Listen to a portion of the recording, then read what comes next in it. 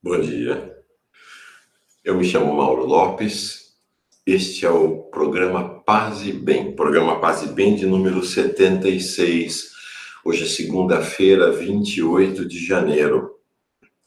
O encontro de hoje acontece, e creio que os próximos encontros todos acontecerão, sob o impacto ainda do crime e tragédia da Vale em Brumadinho, que já contamos em 58 os mortos, as mortas, neste crime da companhia Vale, do Bradesco e de outros grandes investidores internacionais.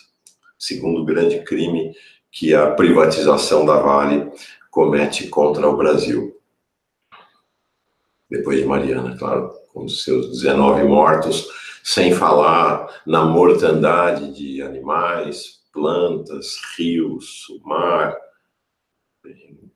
Inacreditável, inacreditável mesmo. E seguimos, então, no luto pelos mortos, mortas, feridos e pelos ainda quase 300 desaparecidos. Então, para os próximos dias, eu convidei alguém para caminhar conosco e me parece que é algo apropriado até para a gente fazer juntas, essa trajetória de meditar, de silenciar, de nos dobrarmos em compaixão aos nossos irmãos e irmãs vítimas do crime e tragédia de Brumadinho. Eu convidei para caminhar conosco um padre ortodoxo francês, Jean-Yves Leloup. Já vamos falar dele e qual é a proposta para esses próximos dias com o Jean-Yves Leloup. Antes eu queria fazer um pedido e dar 2 avisos. O pedido é: inscreva-se no canal Paz e Bem. Nossa comunidade está crescendo, aí vamos chegar, me parece que essa semana, ao longo da semana, já em 8.000 inscritos. E vamos ampliando a comunidade, essa comunidade que nasce à agradável sombra da TV 247, né, com este recorte particular. Sempre tem um recorte, sempre tem um recorte na vida, sempre. Nosso recorte é pensar a espiritualidade a partir da paz e do reconhecimento da beleza e da maravilha da pluralidade, ok? Eu acho que esse programa, essa sequência agora que nós vamos ter com Jean-Yves Leloup, concretizar um pouco esse caminho de pluralidade e dessa ideia de que estamos nas fronteiras, sempre nas fronteiras, né? Sempre perto das fronteiras, não como divisões territoriais inamovíveis, mas como lugares de ponto de encontro, né? Vamos lá. Primeiro, então, pedido, inscreva-se no canal. 2 avisos. Hoje, segunda-feira, 28 de janeiro, às 5 horas da tarde, a 3ª aula do curso sobre Canudos com o professor Pedro Lima Vasconcelos. O curso está tendo uma grande repercussão, acho que está movimentando, inclusive, assim, tem aparecido muito nos comentários, tanto no Paz e Bem quanto na TV 247, muita gente cuja história pessoal, familiar, vincula-se a Canudos, o Belo Monte de Antônio Conselheiro. Então, hoje, segunda, 5 horas da tarde, dia 28, ao vivo, o terceiro programa. O tema deste terceiro programa é o Belo Monte de Antônio Conselheiro, formação, cotidiano e aniquilamento. Vai ser uma viagem lírica e ao mesmo tempo trágica sobre o que foi essa experiência da vida cotidiana em Belo Monte, em Canudos, e nós vamos ter grandes surpresas, como isso se aproximou muito da ideia original das primeiras comunidades cristãs do Atos dos Apóstolos, numa vida de um comunismo primitivo. Foi uma experiência belíssima essa de Belo Monte. Hoje, então, dia 28, 5 horas da tarde, no canal Paz e Bem, e ele é retransmitido a partir de terça-feira, dia 29, 1h30 da tarde, pela TV 247, ok? Então, primeiro aviso, Canudos, Belo Monte de Antônio Conselheiro. Segundo aviso, a partir desta semana, nós teremos um programa semanal Faustino Teixeira. Pois é, grande alegria, grande alegria. Então, temos Pedro Lima Vasconcelos e Faustino Teixeira como presenças permanentes no canal Paz e Bem. A gente não podia ser mais abençoado, mais privilegiado do que com a presença desses dois grandes teólogos, cientistas da religião. Faustino Teixeira, que é o grande pensador do diálogo interreligioso no Brasil, vai ter um programa semanal. Esta semana será na quarta-feira, então, quarta-feira, dia 30. A partir da semana que vem, será toda terça-feira, e nós já temos a programação dos programas de Faustino Teixeira, dos encontros com Faustino Teixeira, já até junho definido, eu vou colocar na aba da comunidade. Assim como nós temos já toda a programação do curso de Antônio Conselheiro, já foi divulgada, vou divulgar novamente hoje. Então, Faustino Teixeira começa nesta terça-feira, também às 5 horas, nesta quarta-feira, também às 5 horas, e a partir da semana que vem, toda terça-feira, às 5 horas. Tema desta terça-feira, Eti Lesum, a mística no campo de concentração. Em fevereiro, nós vamos ter já os 4 encontros de fevereiro, já estão definidos. O primeiro é Thich Nhat Hanh, o monge suave do Vietnã. Depois, a experiência de Deus no Islã, um programa especial sobre o Papa Francisco e a mística zen budista e os haikai. Prepare-se. Vai ser uma grande jornada com o Faustino também. Ok? São esses os avisos. Então, hoje, e a partir de hoje, pelos próximos dias, nós vamos caminhar com Jean-Yves Leloup.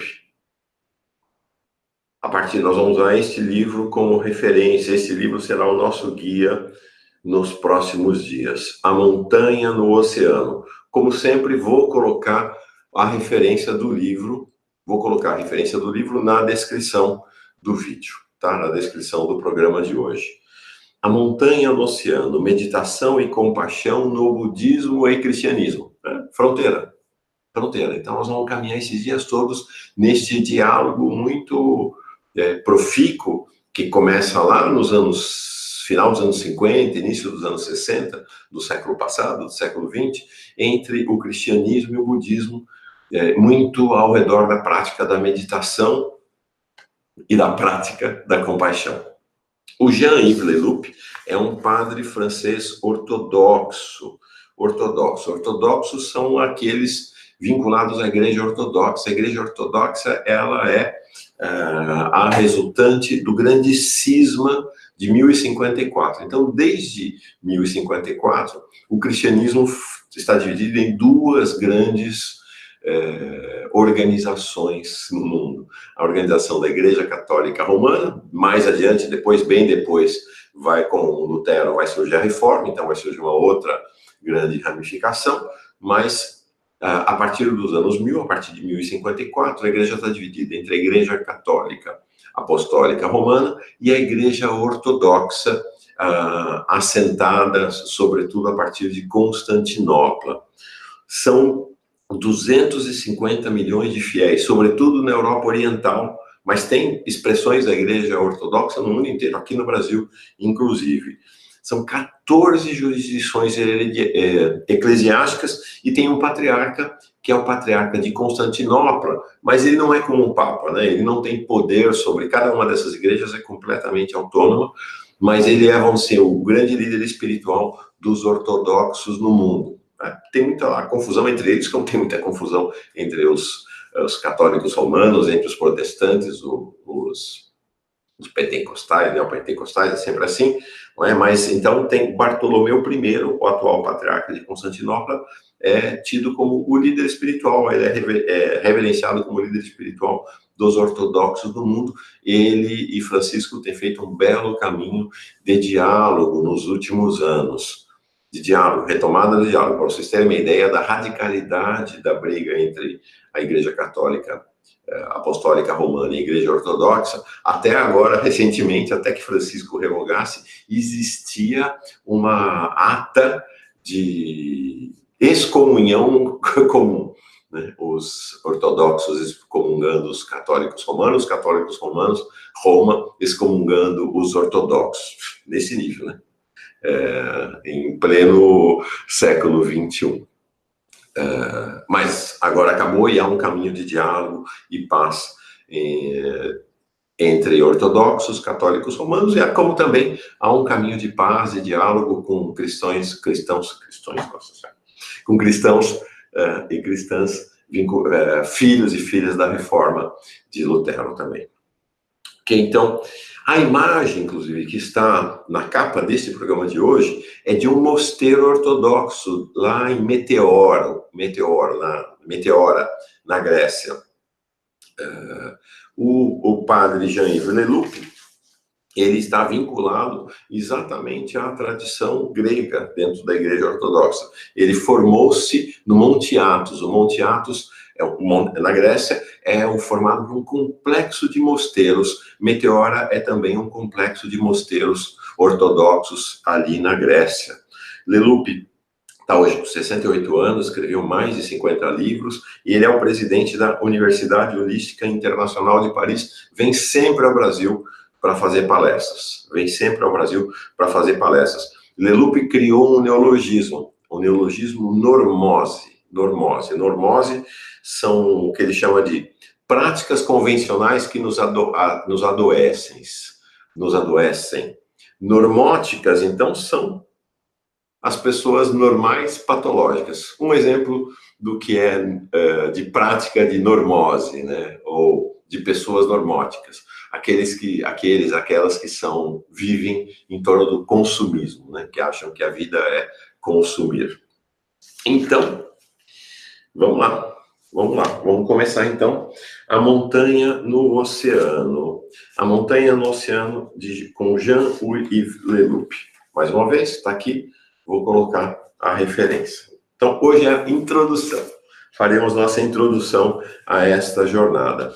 Este livro, A Montanha no Oceano, foi lançado aqui no Brasil, originalmente em 2002, essa edição que eu tenho, de 2002, e ele foi lançado na França, se não estou enganado, em 2000. Eu estou sem a referência aqui, não está dando a data, mas é isso mesmo, foi lançado 2 anos antes lá na França. Aqui no Brasil, pela editora Vozes dos Franciscanos. E ele se estrutura a partir de um conjunto de palestras do Leloup, que foram apresentadas no Dojo Zen de Paris, para meditação conjunta entre cristãos e budistas, e mais quem apareceu lá, e também outras proferidas no convento franciscano de Chandozo, em Bruxelas. Ok? Então, vamos começar essa jornada com Jean-Yves Leloup. A pergunta que se me coloca hoje é a seguinte: quais são, no mundo contemporâneo, as práticas que poderiam ser as mais essenciais, as mais capazes de dar-lhe sentido?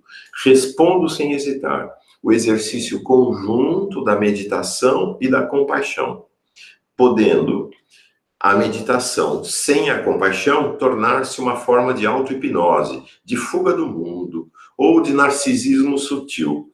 E a compaixão sem meditação, um ativismo cheio de boa vontade, mas sem discernimento e sem profundidade.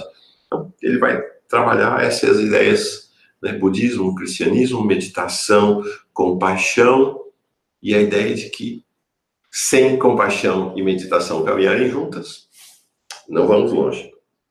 Quando eu digo isso, sou levado muitas vezes a observar que a meditação é a atividade, entre aspas, privilegiada dos budistas, e a compaixão é a dos cristãos. Como se o silêncio e o amor fossem, respectivamente, a propriedade de um e de outro. O exercício conjunto da meditação e da compaixão seria, então, a prática conjunta do budismo e do cristianismo, uma espécie de sincretismo que apagasse completamente as fronteiras entre um e outro. Não. Conquanto seja um dos primeiros frutos de uma prática regular da meditação e da compaixão, ou de nos livrar da preocupação do olhar e dos julgamentos mais ou menos redutores que alguém possa colocar sobre nós, é necessário lembrar na presente obra que o cristianismo é uma tradição de meditação e que o budismo é uma prática imemorável de compaixão. Então, se Leloup faz, do ponto de vista metodológico, como projeto, como proposta, essa ideia de meditação vinculada ao budismo e compaixão vinculada ao cristianismo, não existe cristianismo, por outro lado, sem meditação, e não existe budismo sem compaixão, né? Então, são não há propriedade em nenhum dos dois temas, mas há diálogo, né? E ele faz esta proposta, né? Olhar para o budismo a partir da prática da meditação, para o cristianismo a partir da prática da compaixão, e buscar esse encontro, essa convergência, que ele diz é algo que não é tão recente assim, como eu falei, é algo que vai começar ali na segunda metade do século passado apenas. Ele vai dizer aqui da grande dificuldade que houve no diálogo entre o cristianismo e o budismo. Ainda hoje, né, os fundamentalistas cristãos, sobretudo, dizem que o budismo é algo que merece ser relegado à ideia de algo menor, né? Algo que não tem relevância e que não serve aos cristãos, não é? Mas vamos lá.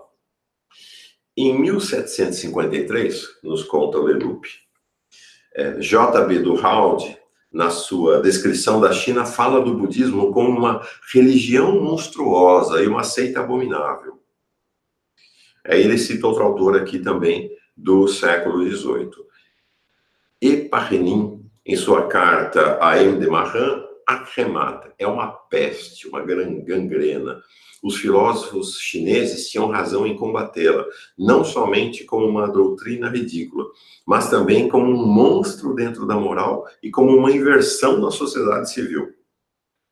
Depois ele diz, para o autor anônimo de uma obra, assim, e aí ele vai falando, né, dessas fantasias alimentadas ao longo dos séculos. Então, ele pula aqui 100 anos, um pouco mais de 100 anos, para o autor anônimo de uma obra surgida em 1881, sob o título significativo Jesus Buda, não somente os essênios era uma seita de Israel ali contemporânea a Jesus, eram monges dentro do judaísmo. Não somente os essênios, mas todos os profetas de Israel são manifestamente budistas. As escolas de profetas eram conventos budistas. O budismo de Esdras, de acordo com esse livro, Jesus Buda, estava modificado, mas os essênios logo restabeleceram a pura doutrina na qual eles educaram Jesus em seu convento da quarentena, né? No convento, então, dos essênios. Essa tese de 1881 é que, então, tudo que aconteceu em Israel, Jesus e todo o judaísmo ali, na verdade, eram expressões de do budismo que acontecia ali em Israel naquele tempo. Compreende-se que Jesus se tenha confrontado com os fariseus, produto bastardo da antiga lei de Moisés e da nova lei de Buda. Após ter pregado aí, Jesus, graças a seus discípulos, tornou-se Buda de sua morte. Ou, se prefere, para os ocidentais, Buda se tornou Jesus. O que estes diferentes autores têm em comum é um poder de afirmação proporcional à ausência de fundamentos para aquilo que eles afirmam. E, de certa maneira, é isso. O que é o preconceito, né? É começar a afirmar sobre o outro sem conhecimento, né? E o que vai acontecer quando a gente afirma sobre alguém, sobre outro, sobre um assunto sem conhecimento? Em geral, isso vai estar submetido ao nosso julgamento. E vou dizer para vocês, eu nunca conheci ninguém, pelo menos, e não, no meu caso, garanto para vocês, quando se estabelece um julgamento no nosso coração, na nossa cabeça, é sempre para condenar. Nunca alguém que eu julguei saiu inocentado, saiu sempre condenado. Então, o julgamento sem conhecimento, né, o preconceito é sempre para condenar. E aqui, então, ele vai trazer como é que isso vai mudando ao longo da história, e cita, então, o Romano Guardini, foi um teólogo muito importante na vida da igreja ali, em meados do século XX. Diz aqui Guardini, num texto, o Senhor. Buda constitui um grande mistério. Ele vive numa liberdade assustadora, quase sobre-humana, apesar de ser, ao mesmo tempo, de uma bondade poderosa, como uma força cósmica. Talvez Buda seja o último gênio religioso com o qual o cristianismo terá que se explicar. Ninguém ainda conseguiu resgatar sua significação cristã. Talvez o Cristo não tenha sido somente um precursor, não tenha tido somente um precursor no Antigo Testamento, João Batista, o último dos profetas, mas um outro no coração da civilização antiga, Sócrates, e um terceiro, que disse a última palavra da filosofia e do ascetismo religioso orientais, Buda. Bonito, né? E o que vai propor Leloup, então? Ele propõe uma mudança de atitude por parte de um certo número de cristãos, que começa a acontecer ali no século passado, que não se contentam com ler livros sobre, mas que ousam engajar-se na prática do outro. Então, nós vamos assistir ao longo, a partir dos anos 50, 60, esse engajamento de teólogos, teólogas, padres, freiras, que vão fazer esse caminho de atravessar a fronteira para sentar junto com nossos irmãos e irmãs budistas para fazer a prática comum da meditação e da compaixão. Do mesmo jeito, os budistas atravessam a fronteira e vêm se sentar, né, no ambiente cristão para fazer o mesmo. Fantástico, não é? Essa vai ser a nossa jornada. Nós vamos atravessar as fronteiras, mantendo nossa identidade aqui, tá? Ó, cristão, católico, protestante, evangélico, espírita, gente do candomblé, do judaísmo, do hinduísmo, ateu, ateia, agnóstico, do santo daime, de todos os caminhos, nós vamos juntos atravessar a fronteira e sentar com nossos irmãos budistas. E os nossos irmãos budistas, nesse caminho que Leloup vai nos levar, vão atravessar a fronteira também, vão sentar para a gente olhar este patrimônio da meditação e da compaixão, que é um patrimônio de cada um, mas que se torna um patrimônio comum através da prática conjunta. Esses próximos dias, então, serão como que uma escola de meditação e compaixão. Vamos nessa? Acho que vai ser um bom encontro. Começamos amanhã, nesta terça-feira, dia 29. Não, vamos começar hoje. A gente faz todo dia, né? Vamos começar hoje, então, silenciando, abrindo o nosso coração para esta jornada com nossos irmãos e irmãs budistas, nossos irmãos e irmãs cristãos, cristãs, nossos irmãos e irmãs de todos os jeitos, cores e credos. Vamos abrir nosso coração para esse espaço de silêncio e compaixão, juntos, juntas. Respirar fundo para nos lançarmos nesse caminho nos próximos dias. Estou me ajeitando. Espinha ereta ou coluna reta, mente quieta, coração tranquilo. Vamos esvaziar. Nós teremos com Leloup, que é um mestre da meditação, e seus amigos budistas, vamos mergulhar juntos e ter aulas muito mais profundas do que esses breves momentos aqui com a minha dificuldade toda, a minha superficialidade toda de todo dia.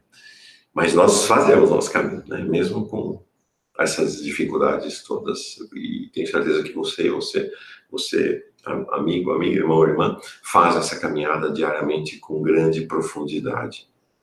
Ok? Espinha ereta, coluna reta, mente quieta, coração tranquilo. Se você quiser, tome um mantra, uma palavra, e vá repetindo mentalmente para evitar que os pensamentos invadam este momento de silêncio e compaixão. Feche seus olhos, fechei meus olhos. Vamos lá.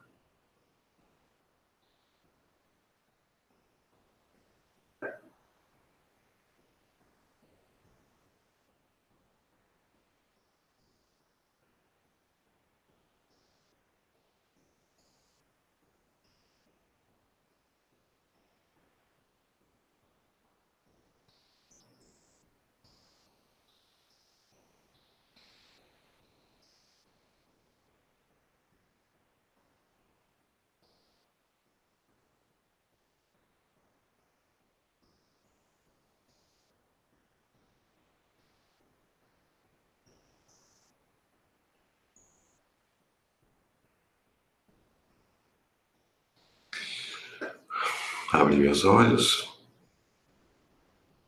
O tempo passou, o tempo voou, já estamos aqui mais de 25 minutos, vamos encerrar. Amanhã tentarei falar menos, para que meditemos mais, tá bem? Segunda-feira de paz e bem. Para quem está assistindo esse programa na segunda-feira, ao longo desse final de madrugada, amanhã, começo de tarde, encontramos às 5 horas na terceira aula do curso sobre Canudos, o Belo Monte e Antônio Conselheiro. Para quem estiver vendo depois, pode assistir o curso no canal Paz e Bem ou a partir de terça-feira na TV 247. Mais uma semana de caminhada juntos, juntas, uma semana de coração compassivo voltado para as vítimas do crime de Brumadinho. Paz e bem, gente. Paz e bem.